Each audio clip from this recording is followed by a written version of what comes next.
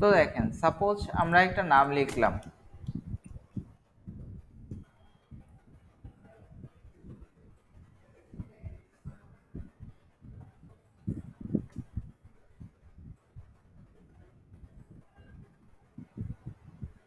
Font change করতেছি, তাই না?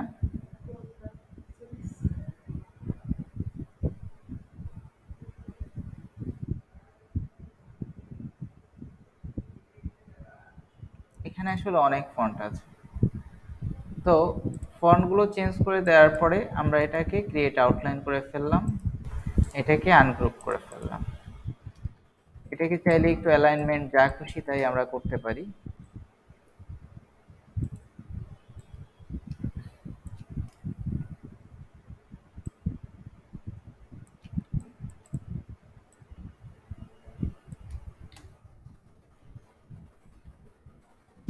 করার পরে আমরা কি করতে পারি, এখান থেকে রেক্ট্যাঙ্গেলের শেপের মাধ্যমে কিছু শেপ ড্র করতে পারি।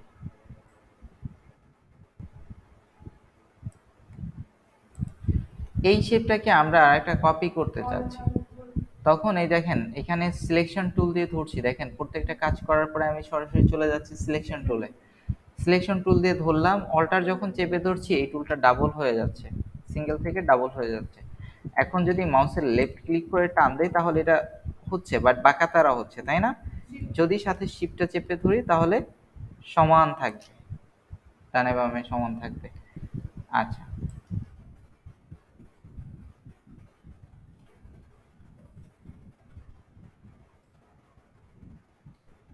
এখন একটা এইগুলোকে একটু ছোট বড় করব, যার কারণে আমি আরেকটু জুম করে নিলাম।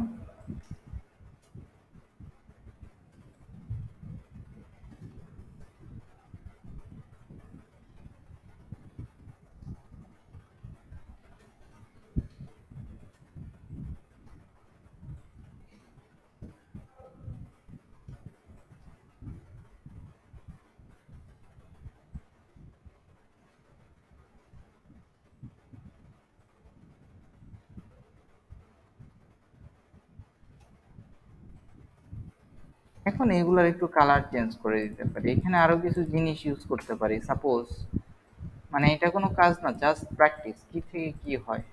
স্টার টুলটা ইউজ করলাম এখানে।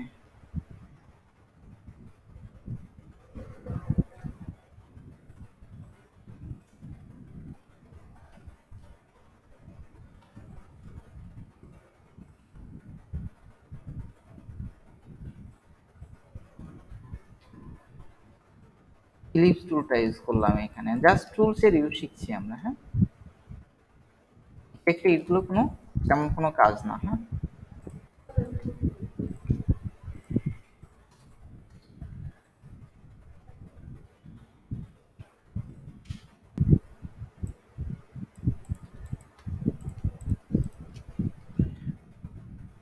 তিনটাকে আমরা একসাথে গ্রুপ করতে পারি না?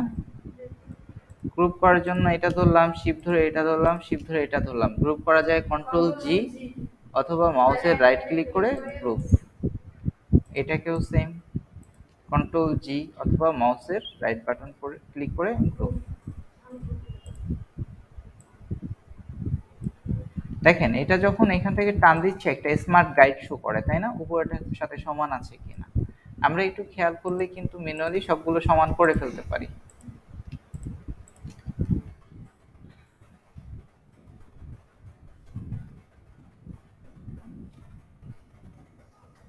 তো এখন এক একটার এক এক ধরনের কালার আমরা দিতে পারি না এখান থেকে চাইলেই? এখন এটার একটা কালার দিলাম, এটার একটা কালার দিলাম, এটার একটা কালার দিলাম,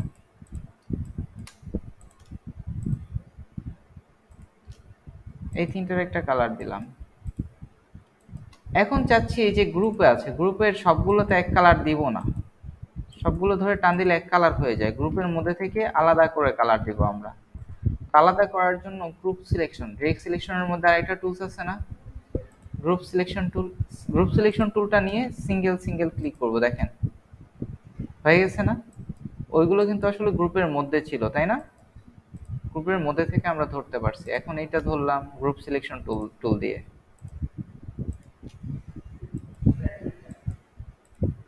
তো এইভাবে আমরা আসলে কালারগুলো করতে পারি। জাস্ট এখানে দেখেন কতগুলো টুলস, সবগুলো টুলসকে কিন্তু আমরা আলাদা করে ইউজ করতেছি, টুলসের ইউজটা শিখতেছি। টুলসের ইউজটা যখন আমরা শিখে যাব ফাইনালি, তখন কি হবে, আমরাই নিজেরাই এই কাজগুলো খুব সুন্দরভাবে গুছাই করতে পারবো। আমাদের প্রথম প্রথম প্রধান প্রধান উদ্দেশ্য কি এখানে, টুলসের ইউজটা খুব সুন্দরভাবে শেখা।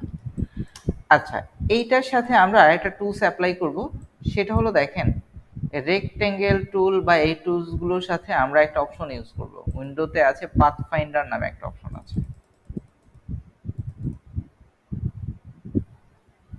দেখেন এই যে পাথ ফাইন্ডার, তাই না? পাথফাইন্ডার অপশনটাতে যাওয়ার জন্য আমাদের কি করতে হবে, প্রথমে এটা থাকুক, উইন্ডোজ থেকে আমরা পাথফাইন্ডারটা নিয়ে নিলাম। এখন সাপোজ এরকম কিছু জিনিস ড্র করলাম, একটা বক্স, অল্টার ধরে এই বক্সটাকে একটা ক্লিক করলাম, দুইটা হইলো তাই না, দুইটার আলাদা আলাদা কালার দিলাম। এই দুইটাকে আবার আরেকটা কপি করব, দুইটাকে একসাথে ধরলাম কোন টুলসের মাধ্যমে, সিলেকশন টুল। দুইটাকে ধরার পরে অল্টার ধরে এটাকে আবার দিলাম।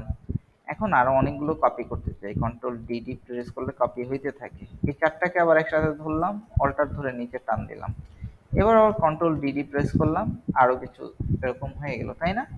কন্ট্রোল ডি প্রেস করলে কি হয়, হুবহু জিনিসগুলো কপি হয় একই দূরত্বে, সমান দূরত্বে গিয়ে কপি পেস্ট হয়। আচ্ছা, এখন প্রথম এই দুইটাকে ধরবো, প্রথম দুইটাকে ধরার পরে পাথফাইন্ডার যখন নিয়ে আসলাম, পাথফাইন্ডার এখানে একটা অপশন আছে ইউনিট। ইউনিট বলতে কি, একত্রিত একটা জিনিস তাই না? তার মানে আমরা ইউনিটে ক্লিক করলাম, দেখেন কি হইলো, ইউনিট হইলো, বাট ফর ফ্রন্টের যে কালারটা ছিল সেটাকে ব্যাকের কালারটাকেও ফ্রন্টের কালার করে দুইটা শেপকে সে ইউনিট বানায় ফেলছে, একটা শেপ বানায় ফেলছে। তার মানে এরকম কখনো কখনো আমাদের কিছু দরকার হতে পারে। এরপরে আবার পরেরটা ধরলাম, ধরার পরে আমরা এখানে চলে গেলাম মাইনাস ফন্ট, মানে কি করবে, উপরেরটা দিয়ে ব্যাকটাকে কেটে ফেলছে, ক্রপ করা আমরা যেটাকে বলি, মানে উপরের শেপটাকে দিয়ে নিচের শেপটাকে কেটে ফেলছে। এখন যদি ধরেন এইখানে 100 শেপ থাকে,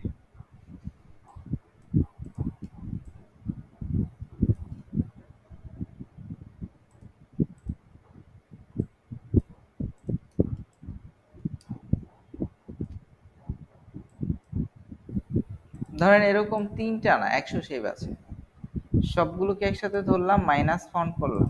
তার কাজ কি, উপরে যতগুলো শেপ আছিল সবগুলো দিয়ে আসলে শুধু নিচের শেপটাকে যেটুকু বাকি জায়গা আছে সেটুকুই রাখছে, বাকি সব ক্রপ হয়ে গেছে। এরপরে একটা টুলস আছে ইন্টারসেট, মানে সে কি করছে, এই যে ফন্টের কালারটা রেখে দিছে বাট মাঝখানের বাইরের সব জিনিসগুলোকে ফেলে দিছে। তাহলে এটা যদি মনে করেন এরকম 10টা শেপ থাকে, এরকম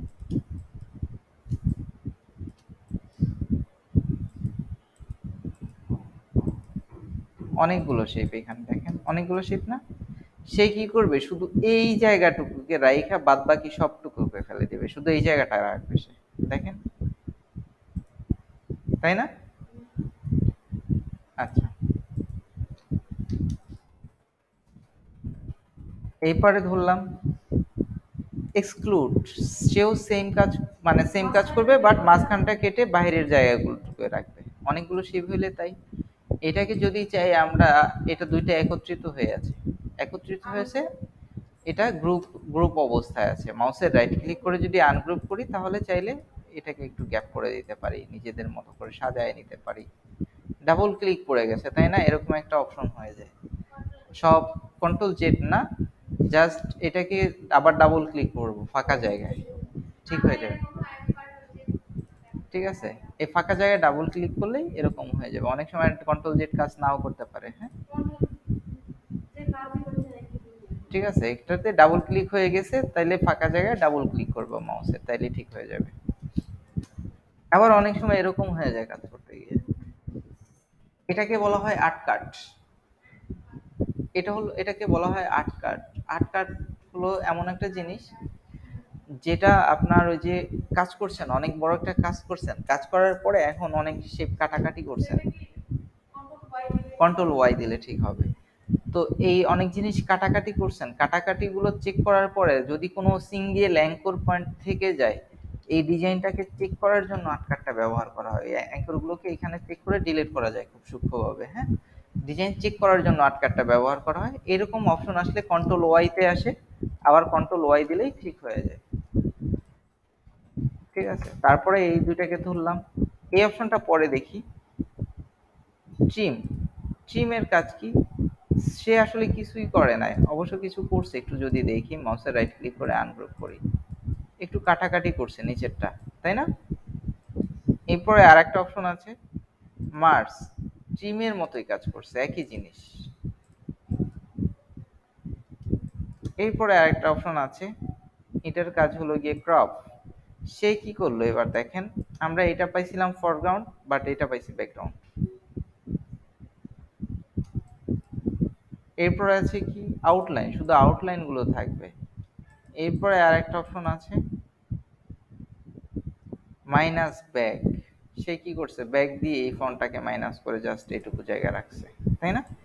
এখন আমরা দেখব সবচেয়ে ইম্পর্টেন্ট যে টুলসটা, সেই টুলসটা।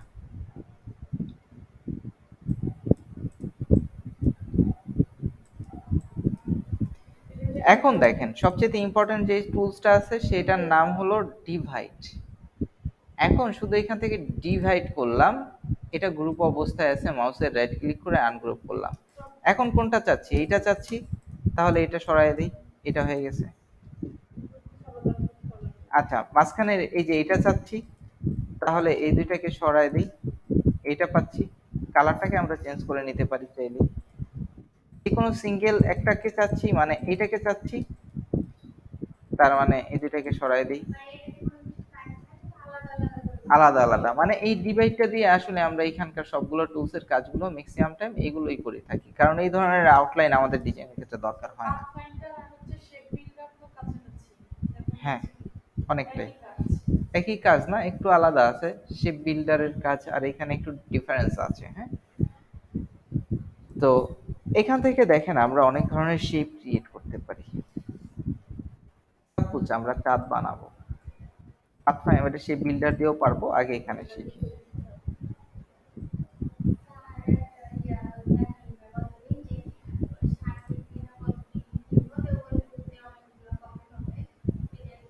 বুঝি নাই কি?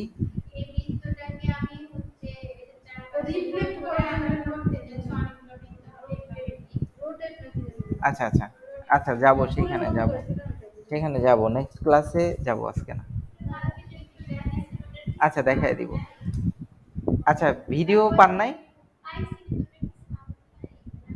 সাউন্ড নাই। আচ্ছা আচ্ছা, যাই হোক, দেখি এটাকে চাঁদ বানাবো কি করে। অল্টার ধরে ধরলাম, আরেকটা কপি করলাম, তাই না? এইখান থেকে সরাসরি আমরা এই টুলসটা দিয়ে দেখবো, ডিভাইড, মাউসের রাইট ক্লিক আনগ্রুপ, এই দুটো ফেলে দিলাম, চাঁদ হয়ে গেল,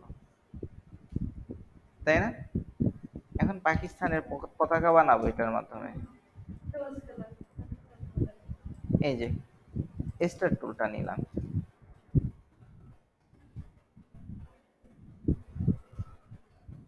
ছোট বড় করলাম, অন্য একটা কালার দিয়ে নিই, বুঝতে সুবিধা হবে।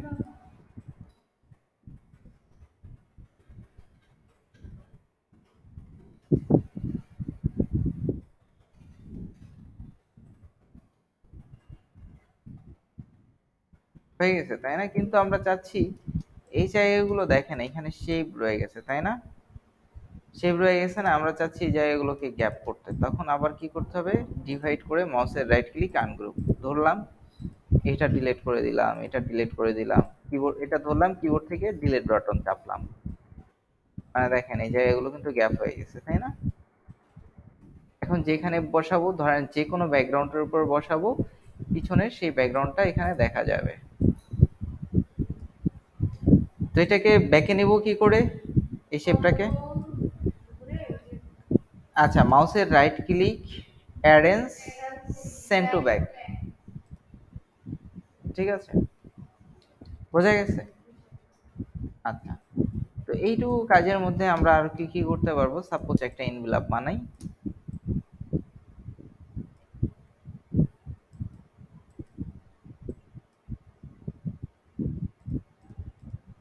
এখন এটার সাথে লাগবে আমাদের একটা ত্রিভুজ। ত্রিভুজটা আসে কোনটাতে? পলিগন। পলিগন টুলটা দিয়ে আমরা ত্রিভুজ বানাবো। স্টার টুলে ত্রিভুজ হবে, বাট স্টার টুল দিয়ে আমরা ত্রিভুজটা করব না। হ্যাঁ, পলিগন দিয়ে করব। কেন করব না? যেটা করব না সেটা নিয়ে আমাদের প্রশ্ন বেশি থাকে, তাই না? আচ্ছা, হ্যাঁ। তো দেখেন, এটা দিয়ে যখন আমরা ত্রিভুজ বানাচ্ছি, ত্রিভুজ বানালাম, এখন এইখানে যে জিনিসটা হয়,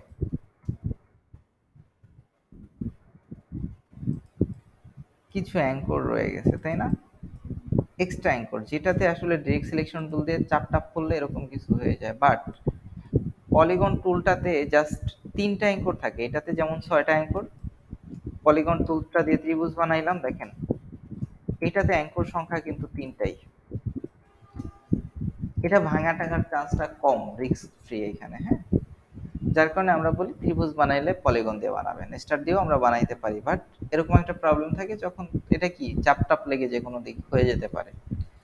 ঠিক আছে, যদি আমি ওরকম চিন্তা করি না আমি এবার পারফেক্ট, তাহলে যে কোনো জায়গা থেকে আমি বানাইতে পারবো, ব্যাপার না। ক্লায়েন্টের দরকার ডিজাইন, আমি ডিজাইন বানাই দিই, তাই না?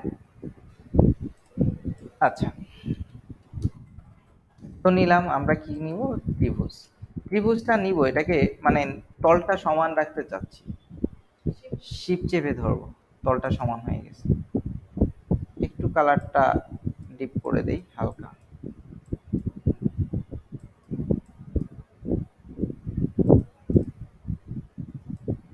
এটাকে যে কোনো একটা কর্নারে নিয়ে বসাইলাম, উল্টায় দিতে পারি এখান থেকে সরাসরি ধরে, তাই না? এখান থেকে টানাটানি করে আপাতত বানাই, হিসাব কিতাব পড়ে হয়ে গেছে না ইনগুলা? এখন আমরা চাচ্ছি এই কর্নারটাকে একটু রাউন্ড করব, এই কর্নারটাকে কোন টুল দিয়ে ধরতে হবে? Direct selection tool. কি করতে হবে? কর্নারের উপরে ক্লিক করতে হবে। যদি মাঝখানে ক্লিক করি 3টা পয়েন্টেই ধরে, তাই না? টান দিলে সবগুলো গোল হয়। তো আমরা চাচ্ছি যে একটা, এই অ্যাঙ্করের উপরে ক্লিক করলাম, তাহলে একটা ধরছে, গোল করে দিলাম। এখন চাচ্ছি এই 2টা কর্নার গোল করব, এইটাতে ক্লিক করব, শিফট ধরে এইটাতে ক্লিক করব।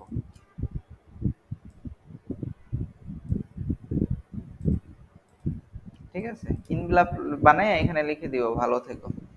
ঠিক আছে, আচ্ছা, তাহলে এটুকু একটু প্র্যাকটিস করি আমরা। হ্যাঁ,